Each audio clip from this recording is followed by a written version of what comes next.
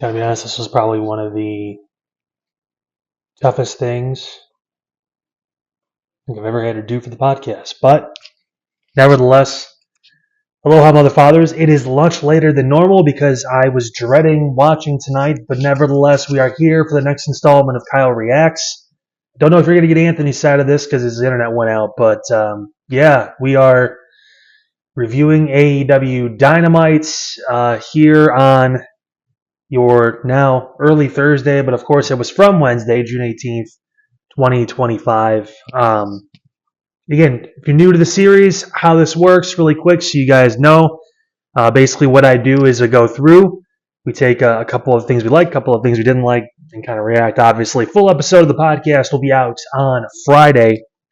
That is, of course, the Side Hustle Wrestling Podcast. Get a chance to go a lot deeper on all this. And I've said recently, this is AEW's chance. It's their opportunity because WWE has been missing the mark on some things recently. Can they step up over at AEW and really take the reins and start getting some of those people back they've lost over the course of these past few years? Let's find out how the show went tonight, or I should say last night. And honestly, guys, this was pretty tough. This is one of the reasons why I stopped watching AEW a while ago when I gave it a shot. This was back when it first started, too. Everybody was giving AEW a chance, right? Everyone was excited for an alternative to WWE. They were tired of Vince. They were tired of all the stuff. And, yeah. Didn't get much of that. A couple of positive things, though. Got to see a bilingual cowboy on the TV to start the show. At least they actually led with the guy who's going to be the face of their company moving forward. Sorry, Will Ospreay fans, but it looks like Hangman's going to be the dude. Sorry to CM Punk fans as well, because apparently they're not a big fan of him either. But I don't know. I enjoyed that, even though I didn't understand it. I'm sure my Spanish teachers from high school are probably really upset with me, but nevertheless, hey, cater to the crowd you're with, man. Actually play to the crowd that's there. You know, show that appeal. Show why you should be the face of the company, why you should be the champion, because he does stuff like that. It's one of the first times I think I've ever said I actually think that, hey, man, it could work. Honestly, still had passion, still had emotion. Didn't really stumble too much with a Spanish promo. If only he can cut his English promos like that all the time. But nevertheless, still one of the positives for me. All jokes aside, good to see him in that spot, leading off the show. Most important person on the show right now, doing what he's doing. That was good. Also, I'm always a sucker for MJF. Not a lot of people are big fans, I think, right now of the storyline, and a lot of those people are AEW fans. They like just the bullshit. They don't actually like, something that kind of makes sense and can lead to bigger things. Him and Bobby be a great match. Him and Shelton be a great precursor to it. Hell, he could even fight MVP at one point if he really needed to. But that grouping together, MJF wants the championship. He has to work his way back, but he's not in that story right now, so he has to do stuff in the meantime to kind of just earn respect and do his thing with them.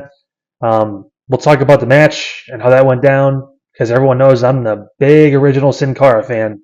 But nevertheless, love him. Love the fact that he did the whole unmasking thing, put the mask on, all that stuff. He plays that role so well. Good to see that he's a heel and not a face anymore. He's just so naturally an asshole. It's great.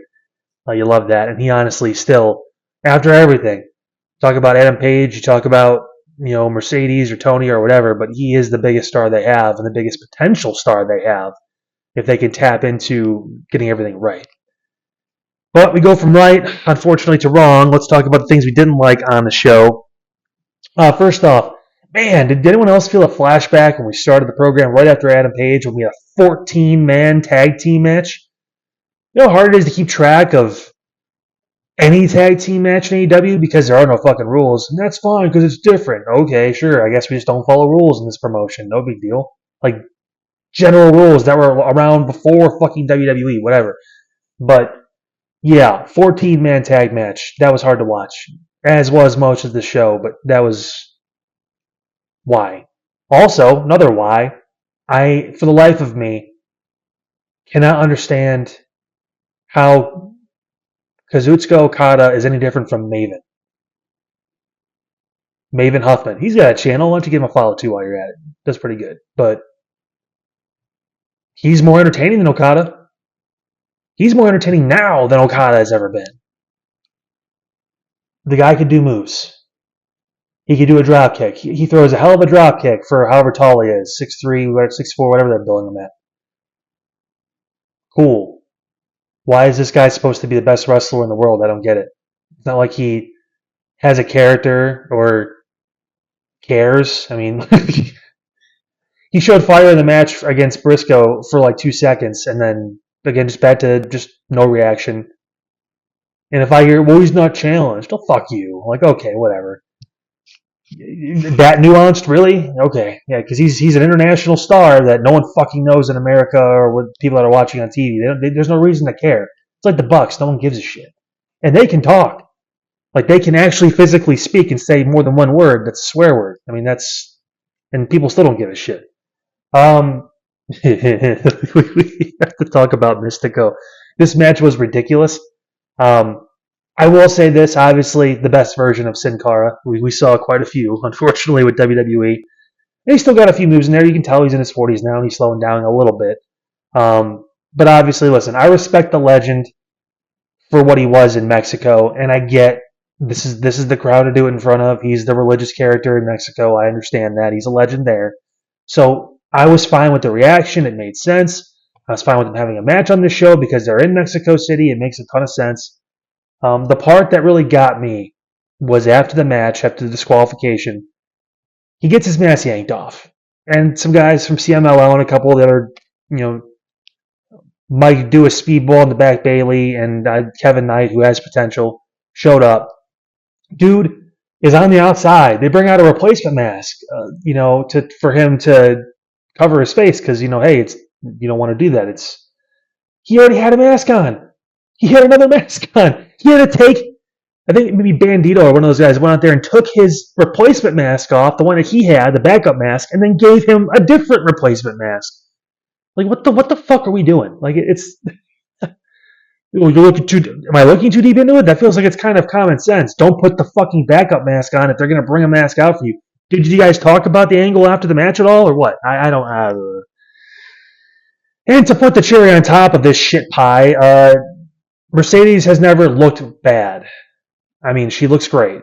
She looks like a star. She's presented as such, right? But how many titles does somebody need that I don't care about? And I'm not taking a shot at CMLL or their champion or whatever, but again, a power slam off the top rope that was a counter led to the win. I don't know if there was supposed to be more or if that was the finish. I have no idea. And I feel bad for Tony because Ted said before Tony is their biggest star, and now she's getting rivaled by Paige because at least he's being put in that spot and contributing somewhat. But this doesn't do it for me. It doesn't. I don't know. I don't know why. Why should I care about Mercedes Moné's 6 titles from different countries or different promotions? She's got 1 championship for AEW. It's a TBS title, and when's the last time she's defended it or have I cared about it? I don't get it. So why would a 7th championship mean anything to her for AEW? I just don't. I don't understand. I don't. It's a very, and people are going to get mad at me for this comment, but it's an indie mindset. Look at all the titles she has. How about you worry about your fucking promotion that pays you all this money and actually, like, that's the one that matters. I don't fucking know. I don't get it. It's not like she's like this new up and coming star. Like maybe I would understand it a little bit if Mercedes had no background, right? And she was fresh on the scene and she was this huge upcoming star. If she was like Stephanie Vaquer that no one had really heard of too much until she had this big match and she got super over, and then, hey, assert your dominance, show that you are a champion of the world, whatever it is. We fucking know who she is. She was in WWE for a decade.